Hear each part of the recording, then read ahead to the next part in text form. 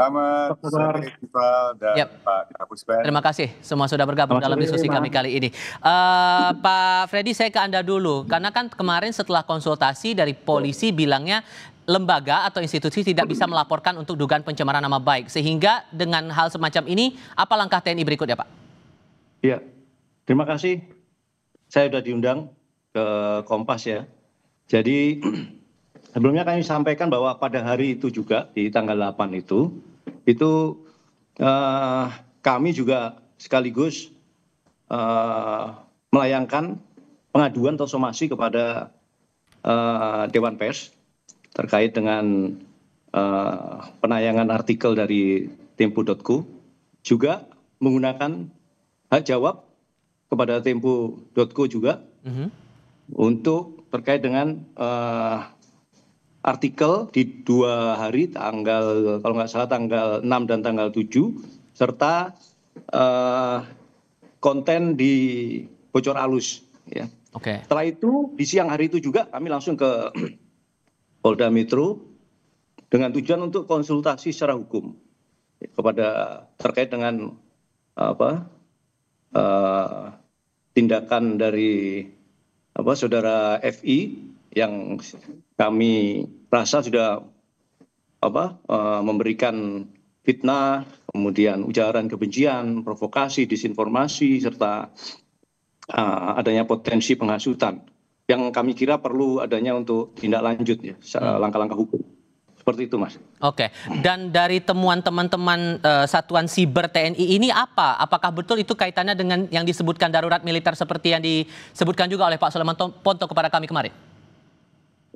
Itu salah besar itu kalau dikait-kaitkan sama darurat militer itu. Makanya itu kemarin dan Sat Cyber juga menyampaikan secara gamblang dan jelas ya bahwa ada unsur-unsur penyebaran berita bohong di situ. Ya, udah disanggah berulang kali baik itu oleh Wapang TNI, Wakil Panglima TNI maupun oleh Menhan sendiri ya terkait itu.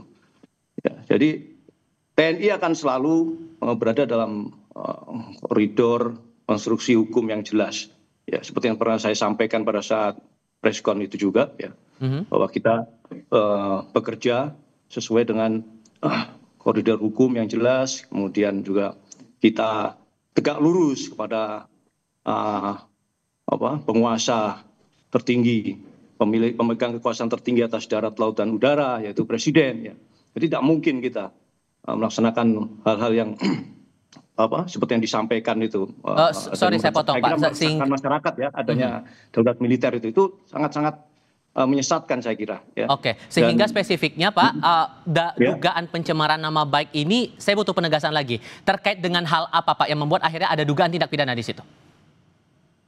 Itu nanti untuk lebih jelasnya akan tidak saya sampaikan di sini, tapi nanti akan dari Babinkum juga tadi sudah rapat juga, ada beberapa pasal yang di KUHP ya, tadi kalau nggak salah ada 6 atau 7 pasal yang bisa mengaitkan itu, tapi nanti ini masih dibicarakan di internal kita, mohon waktu nanti akan saya sampaikan. Salah satu pasalnya terkait pencemaran nama baik Pak? Pencemaran nama baik kan kemarin kan sudah kita angkat, kemudian kan dimentahkan oleh Polda Metro ya terkait dengan putusan MK itu ya. Jadi memang kita melihat ke berbagai kemungkinan tindak pidana yang dilaksanakan oleh saudara FI ya. Seperti yang saya sampaikan tadi, ada fitnah, kemudian disinformasi, kemudian manipulasi sebuah berita bohong.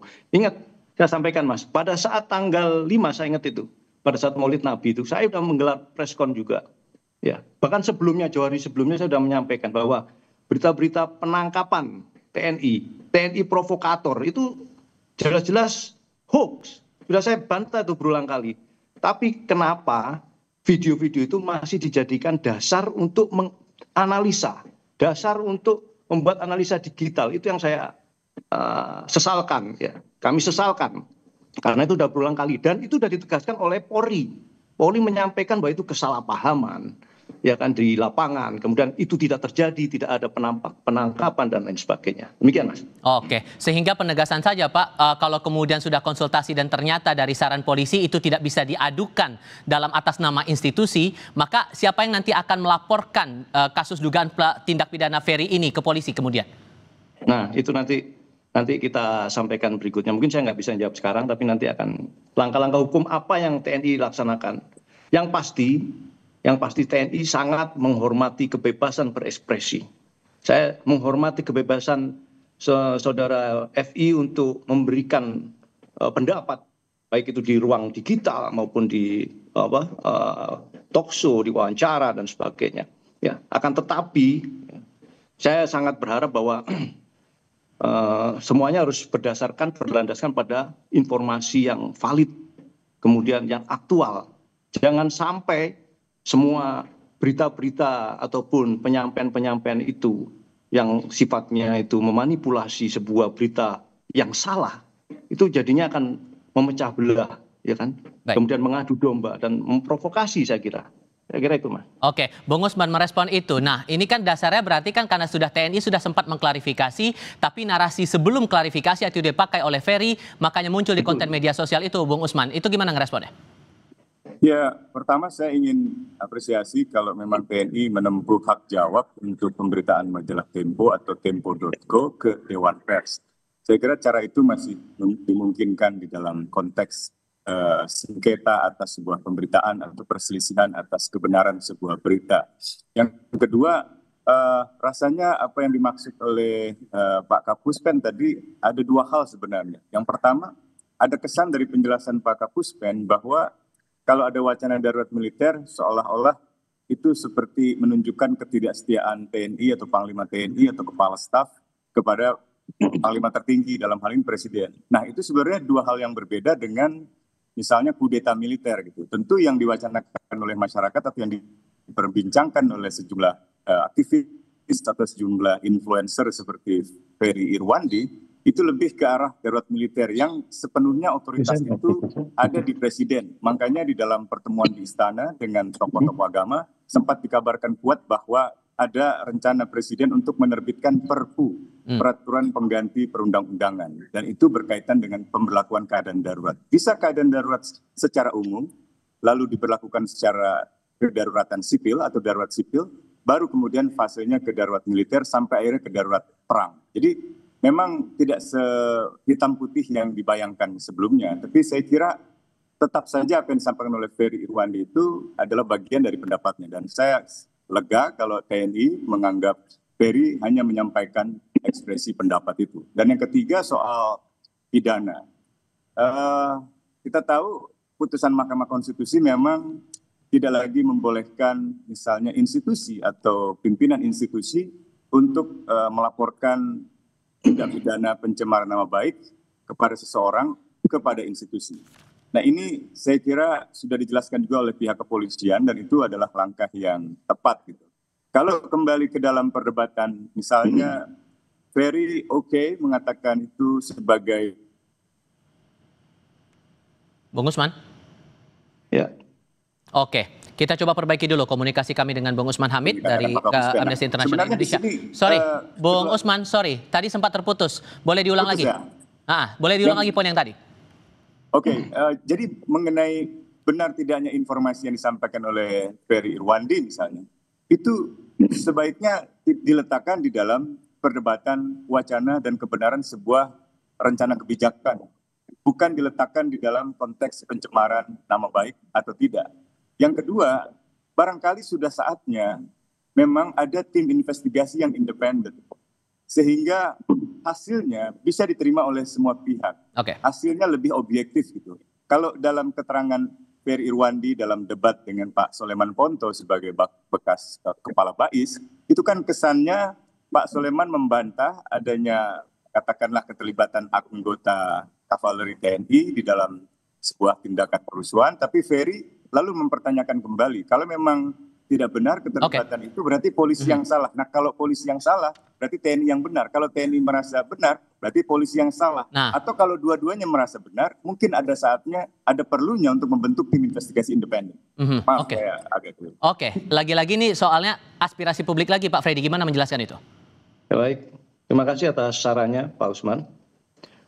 Kalau menurut saya, kalau kemarin Mas Ferry Irwandi itu menyampaikan ya, gamblang itu, bahwa siapa kira-kira dalam kerusuhan itu.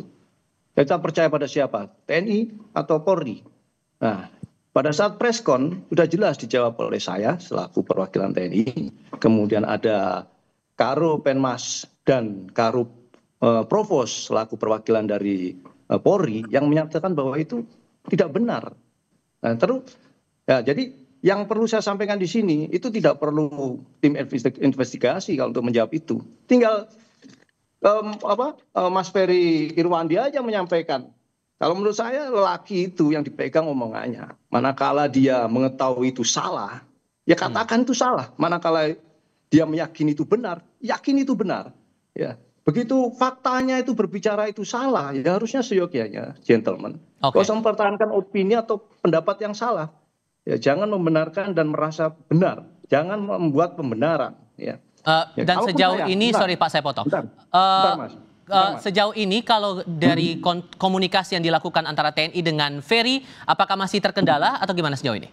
Nah, kalau yang seperti yang penyampaian Dansat Cyber kemarin, ya, memang beliau termasuk stafnya sudah berupaya untuk kontak, tapi tidak ditanggapi ataupun tidak mendapat respon ya. Jadi kami kurang monitor. Yang perlu saya sampaikan di sini yang saya teruskan ya Mas ya, bahwa lelaki itu dipegang omongannya, termasuk saya, Mas. Di sini saya selalu menyampaikan bahwa apabila saya salah dalam pernyataan ya, kemudian saya wajib mengakui salah, saya wajib mengakui permohonan maaf, ya, dan saya siap mundur dari jabatan saya. Itu saya, prinsip saya, dan itu saya sampaikan di sini pada saat perintah Panglima begitu mendengar Panglima TNI mendengar ada anggota yang diisukan ataupun dibuat berita, diviralkan terlibat itu, Panglima langsung menyampaikan, ya, apabila ada prajurit yang terlibat, tidak dengan tegas. Ya, kemudian disampaikan juga bahwa beliau jabatan dan pangkat ini harus dipertanggungjawabkan, bukan hanya dunia tapi akhirat. Itu yang harus kita pegang. Itu harus kita pegang, Mas. Sehingga muncul pertanyaan juga di publik begini, Pak. Oke, kalau kemudian polisi punya satuan siber yang langsung menangani dari aspek hukumnya. Untuk satuan siber yang kemarin konsultasi dengan Polda Metro Jaya, apakah juga langsung menjurus pada aktivitas media sosial atau aktivitas percakapan di media sosial juga di ranah sipil? Tapi jawabnya nanti, kita jeda sebentar. Kami segera kembali. Muncul pertanyaan di publik begini, Bung Usman. Apa yang membedakan satuan siber TNI ini dengan polisi yang juga melakukan pemantauan terhadap aktivitas percakapan di media sosial terutama di ranah sipil? Anda merasa bahwa pertanyaan itu masuk akal merujuk dari kasusnya Ferry ini, Bung Usman? Oh, jelas sekali masuk akal karena perbedaan keduanya sangat jelas.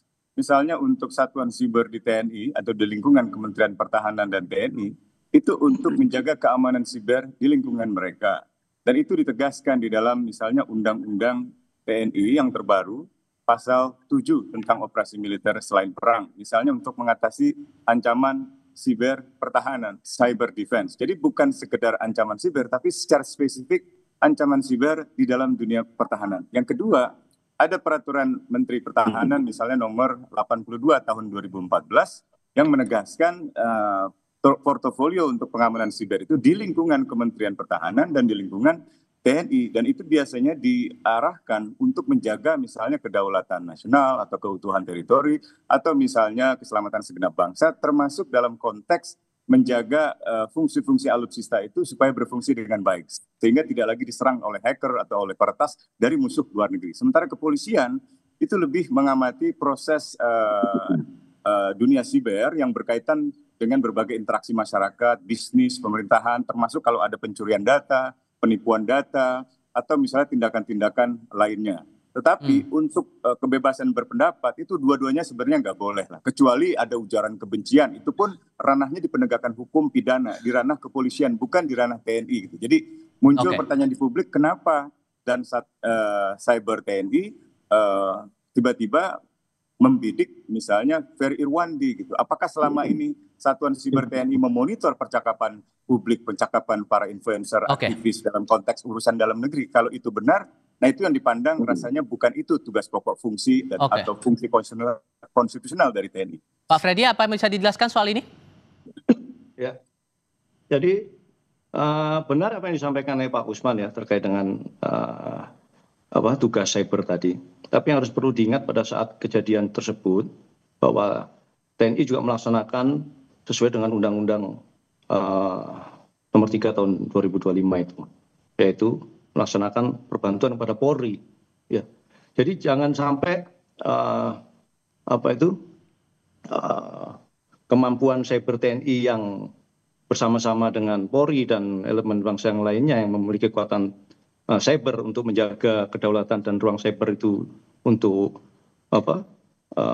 sesuai dengan tugas pokoknya TNI juga, ya kan? Itu membuat dikonotasikan ataupun dinarasikan seperti tadi disampaikan, ya bahwa TNI yang harus cyber TNI yang harusnya ke pertahanan kok malah itu menghambat kebebasan dalam berpendapat. Saya kira tidak seperti itu.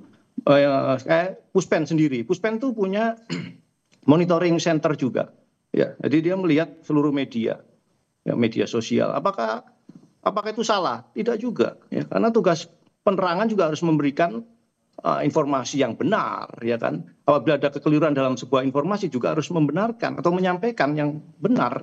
Jadi jangan sampai apa yang kita kerjakan, yang khususnya itu, kalau misalnya tadi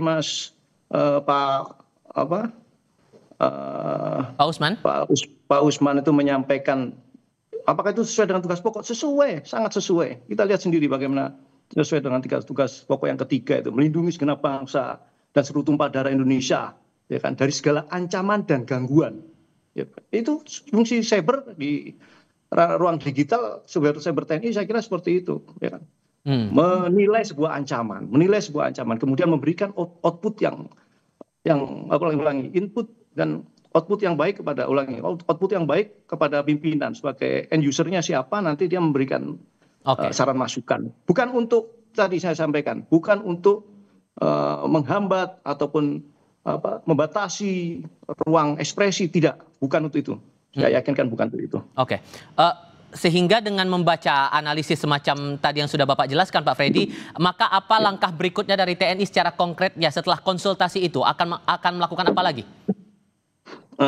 Ya, seperti saya sampaikan tadi pun masih kurang lebih jam 11 kami lihat juga orang-orang dari personil Babinkum TNI itu juga melaksanakan koordinasi bidang hukum, ya kan? Bagaimana langkah-langkah hukum yang nantinya akan dilaksanakan, yang ditegaskan dan dilakukan oleh TNI. Namun yang pasti ya Mas, di momen kali ini juga saya sampaikan pesan dari Panglima, ya, bahwa kita jangan sampai mudah terprovokasi. Kemudian jangan sekali kita harus menempatkan ini, Mas. Kalau saya bilang menempatkan kepentingan bangsa dan negara di atas kepentingan pribadi atau kelompok, itu harus dipegang teguh. Jadi saya sampaikan tadi, jangan sampai nanti narasi-narasi yang negatif, framing negatif, bahkan sesat itu malah mengadu domba kita, mengadu domba rakyat dengan TNI dengan Polri, ya kan? Sehingga itu harganya mahal. Kita lihat sendiri di berbagai belahan dunia itu bagaimana konflik terjadi dan sebagainya. Saya kira itu. Boleh saya nyampaikan ajakan ya Mas ya? Boleh, silakan Bapak. Sebelum saya kasih ke Bung Usman. Sebagai negara kita mengedepankan kepentingan bangsa dan negara, kemudian jangan sampai mudah terprovokasi, ya kan? Kemudian upaya-upaya untuk memecah belah, bahkan melemahkan TNI, ya, melemahkan TNI karena tahu, pihak-pihak itu tahu TNI itu selalu bersatu bersama rakyat, selalu mengedepankan semangat persatuan, sehingga saya harapkan itu jangan sampai ada upaya-upaya untuk mengadu domba dan memuturkan. Sehingga Bung Usman, kalau menurut analisis Anda, batasan apa yang dianggap bahwa ini jatuhnya sudah pencemaran nama baik di tengah ada semangat kita untuk ya kebebasan berekspresi seperti yang sudah ditegaskan Bung Freddy, ya TNI tidak ada upaya untuk menutup kebebasan orang untuk berpendapat? Ya, batasannya sederhana. Kalau merujuk pada Mahkamah Konstitusi, sekali lagi institusi tidak bisa menjadi dasar untuk melaporkan tindak pidana pencemaran nama baik kepada kepolisian.